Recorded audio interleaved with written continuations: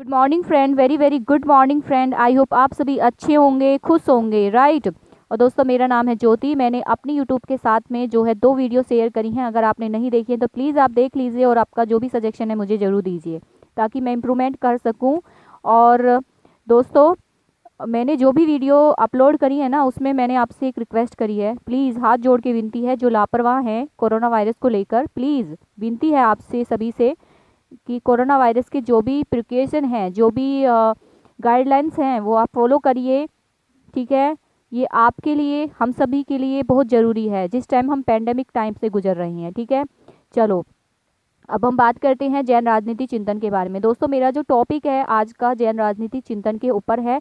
और इस टॉपिक के बारे में पढ़ाने से पहले मैं ये भी बताना चाहूँगी आपको, ये किसके लिए ज़रूरी हो जाता है पढ़ना। ये उन बच्चों के लिए ज़रूरी होता है जो जैन बौद्ध धर्म के बारे में पढ़ना चाहते हैं, जिनका इंटरेस्ट है उन वो भी पढ़ सकते हैं, और जो BA MA वाले छात्र हैं वो भी पढ़ सकते हैं, उनके लिए भी बेनिफिशियल होगा। और जो बच्चे गवर्नमेंट एग्जामिनेशन की प्रिपरेशन कर रहे हैं उनको भी कॉन्सेप्ट समझना बहुत ज़रूरी हो जाता है। ठीक है, चलो पढ़ते हैं बिना देरी करे हुए। वो बहुत ही इंटरेस्टिंग तरीके से पढ़ेंगे और मैं आपसे ये भी रिक्वेस्ट करना चाहूँगी कि अगर आपको वीडियो अच्छा लग रहा है, समझ में आ रहा है, तो आप मुझे बता सकते हैं। ठीक है, चलो स्टार्ट करते हैं जैन राजनीति चिंतन के बारे में।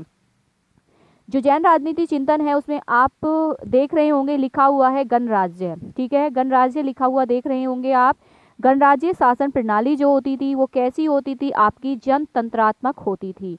गणराज्य शासन प्रणाली आपकी जनतंत्रात्मक होती थी, जिसमें कुछ जो है निश्चित नियम दिए जाते थे, कुछ निश्चित नियम होते थे कि आपको उन नियमों में बंद कर काम करना है, आप उनसे बाहर नहीं जा सकते हैं। तो क्या हो जाएगा, वहाँ पे आप मनमानी नहीं कर सकते हैं। ठीक है, तो मनमानी का कोई इसमें स्थान नहीं मिलेगा आपको। और इस गणराज्य शासन प्रणाली के कुछ मुख्य तत्व होते थे। क्या तत्व होते थे वो हम पढ़ लेते हैं। ठीक है, चलो। गण प्रमुख होता था इसका एक तत्व। क्या होता था? गण प्रमुख होता था। और जो ये गण प्रमुख होता था वो क्या होता था? लिच्छवी जो राज्य होता था उसमें गण प्रमुख जो होता था वो राजा होता था। ठीक है भाई, राजा होगा तो आप ये समझ जाएंगे कि राजा कहाँ से आया, किस तरीके से आया। भाई राजा होगा तो उसका इलेक्शन होगा, और इलेक्शन में जो भाग लेंगे सदस्य वो 7,707 जो सदस्य होते थे वो भाग लेते थे। ठीक है, अब जब राजा को वो पद मिल जाएगा राजा का, तो उसे क्या करेंगे, उसका जो है हम विधि विधान से राज तिलक करेंगे। ठीक है, क्या हुआ कि लिच्छवी गणराज्य होता था। जो लिच्छवी राज्य होता था उसमें क्या होता था, गण प्रमुख राजा होता था, राजा का चुनाव करते थे। उस चुनाव में 7,707 सदस्य भाग लेते थे। उसके बाद राजा का क्या करते थे, राज तिलक करते थे पूरी विधि विधान के साथ में, जब राजा को राजा का पद मिल जाता था। ठीक है, उस दौरान राजा का राज तिलक किया जाता था। ठीक है, उसके बाद राजा की कार्यकारिणी पे आएंगे। जो राजा की कार्यकारिणी होती थी उसमें राजा क्या करता था, कार्य करता था। अब राजा की सहायता करने के लिए उच्च पदाधिकारी भी होते थे। अब राजा अकेला थोड़ी काम कर सकता है, तो राजा के लिए उच्च पदाधिकारी होते थे। उनकी उच्च पदाधिकारी होते थे उनकी समिति होती थी। और उस समिति में कौन कौन होता था? उपराजा होता था, सेनापति होता था, भंडारिक होता था, पुलिस अधिकारी होता था, व्यवहारिक न्यायाधीश आदि जो होते थे वो भाग लेते थे। और राजा इस कार्यकारिणी का क्या होता था? अध्यक्ष होता था। ठीक है, ओके, ये बातें समझ में आई आपको? ठीक है, केंद्रीय सभा।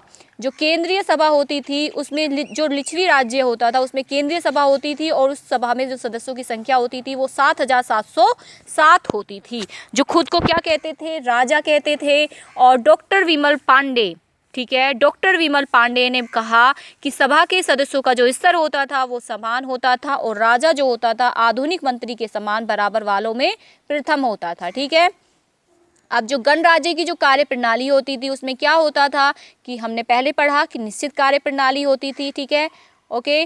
सभा का जो प्रधान होता था वो सभा के द्वारा चुना जाता था, उसे क्या कहते थे, विनयकर कहते थे। मतलब सभा का प्रधान होता था जिसे सभा के द्वारा चुनते थे और उसे विनयकर कहते थे। और जो सभा का प्रधान होता था वो सभा की क्या करता था, व्यवस्था करता था। और उसके बाद सभा में क्या आएंगे, प्रस्ताव आएंगे। तो प्रस्ताव का जो विचार होगा कहाँ पे रखेंगे, सदस्यों के सम्मुख रखे जाएंगे। तो उनको क्या कहते थे, उनको राप्ती कहते थे। ठीक है, उसके बाद निर्णय। निर्णय क्या होते थे, निर्णय आएंगे कि निर्णय लिया जाएगा। ठीक है, तो वो बहुमत के आधार पर लिया जाएगा और जो भी विवाद भरे मामले होंगे वो समिति को सौंप दिए जाएंगे। ठीक है, इतनी बात समझ में आई। ओके, जो न्यायिक व्यवस्था होती थी वो क्या होती थी कि इस गणराज्य में, इन गणराज्यों में जो सर्वोच्च न्याय अधिकारी होता था वो राजा होता था और राजा की सहायता करने के लिए अन्य न्यायालयों की व्यवस्था होती थी और इन निर्णयों का जो रखा जाता था पूरे रिकॉर्ड में रखा जाता था। मतलब न्याय व्यवस्था जो होती थी उन गणराज्यों में जो शासन प्रणाली का जो राजा होता था वो सर्वोच्च न्यायाधिकारी होता था और राजा की सहायता करने के लिए न्यायालय होते थे और उन निर्णयों को पूरे रिकॉर्ड में रखा जाता था।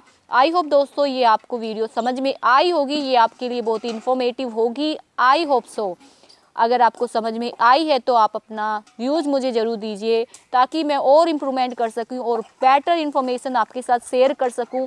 राइट, आप सभी खुश रहिए, लाइफ में आगे बढ़ते रहिए और लाइफ में कुछ ना कुछ सीखते रहिए। Thank you, have a great day.